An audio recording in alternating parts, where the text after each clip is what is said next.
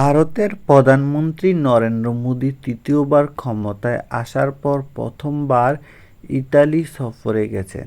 সেখানে মূলত জি7 সম্মেলনে যোগ দিতে গিয়েছিলেন মোদী। সম্মেলনের ফাঁকেই ইতালির প্রধানমন্ত্রী জর্জিয়া মেলোনির সঙ্গে সেলফি তোলেন তিনি।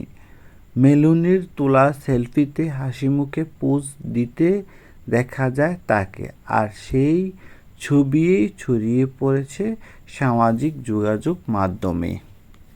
রীতিমতো ভাইরাল সেই ছবিতে নেটিজেন জানাচ্ছেন নিজেদের প্রতিক্রিয়া। সাদা পাঞ্জাবির ওপর কালো কুটি পরা, বুক পকেটে কলম, চোখে চশমা, অন্যদিকে মেলোনির খোলা চুল, মুঠোফোন হাতে রেখে তার মুখেও উপচে পড়া হাসি।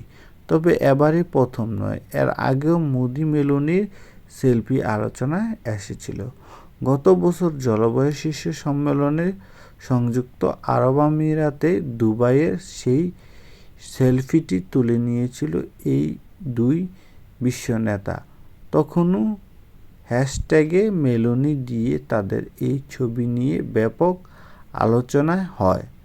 অনেক ব্যবহারকারী সামাজিক যোগাযোগ মাধ্যমে ছবিটি শেয়ার করেন।